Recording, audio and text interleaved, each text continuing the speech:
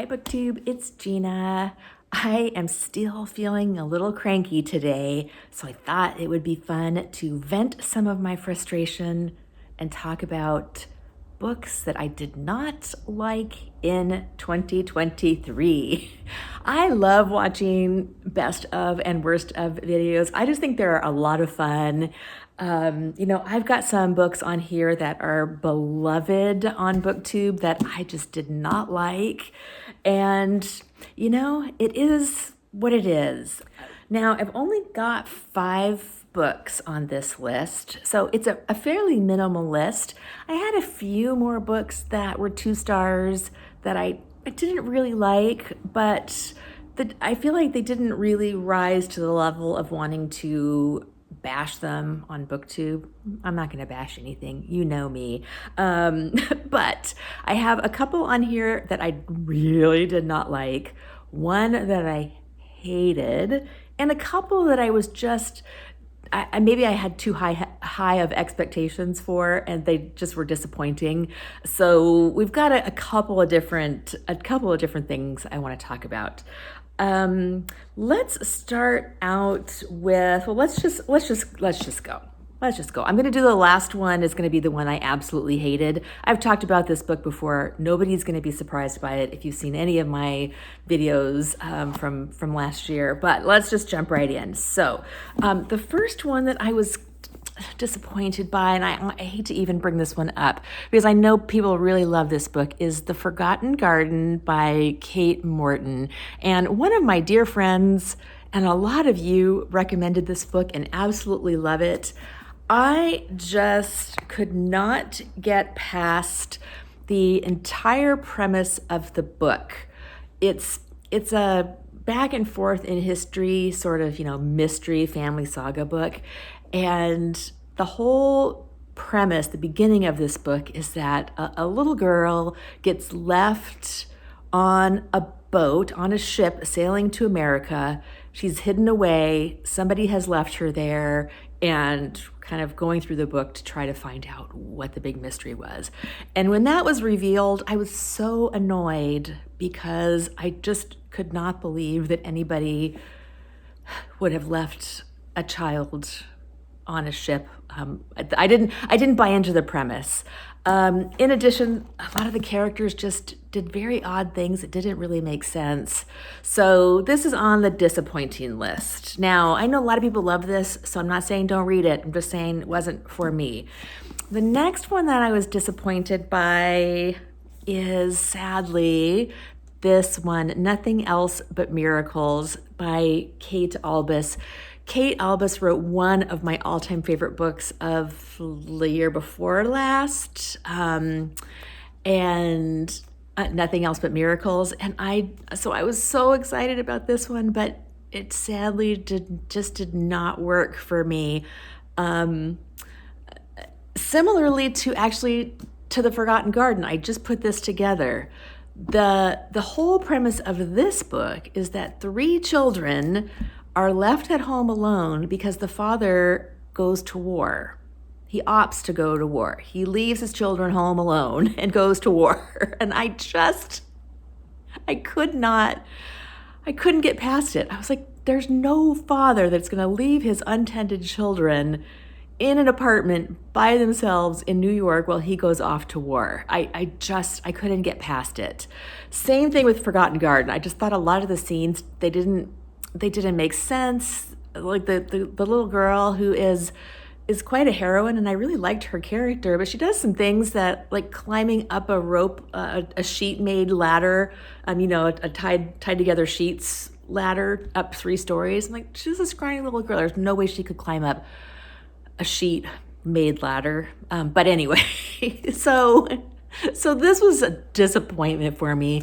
Not terrible, but just, not as good as I was hoping. Now, 2 books that I just did not like. And actually, let me talk about one more that was a disappointment, which is So Shall You Reap by Donna Leone. I forgot, I don't have a physical copy of that one, so I almost forgot to talk about it. But this is the most recent book in her Inspector Brunetti series, which I have loved over the years. It's set in Venice, which is one of my favorite cities of all time. And I love the inspector. He's got 2 kids. He's got a wife that is an English professor and teaches Henry James at the college in Venice. And it's just usually really good. But I have a feeling the series may have run its course for me. This may be, I don't know, it's up into the 20s now. And it's just, it was thin. It was so thin. Didn't have much plot. Didn't have a great mystery. It was just kind of meh. So it was a little bit disappointing.